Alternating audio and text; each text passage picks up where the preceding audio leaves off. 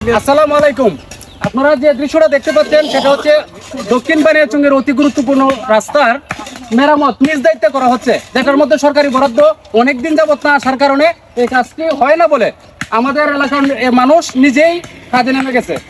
আসলে আমি একটু ভাইয়ের কাছে জানি ভাই কেন এই কাজে নিয়োজিত হলো। আসসালামু আলাইকুম। দেখুন, আমরা রাস্তা গুদিতে একটা রুগী লিয়ে যেতে পারি না, বা একটা যে কোনো রুগী লিয়ে যেতে পারি না, আমরা এক্সিডেন্ট হয়ে যাওয়ার করতে আমরা জনগণে ওই অভিযুক্ত দিছি রাস্তা কুম্বালা করবো না করবো এটা কোনো আশা হই নাই। আমরা কতদিন আগে এই রাস্তার মধ্যে কাজ করছিল আপনার জানা আছে? আমার জানা আছে, আমার রাস্তা 7-8 বছর আগে কতদিন ঠিক ছিল রাস্তাটা?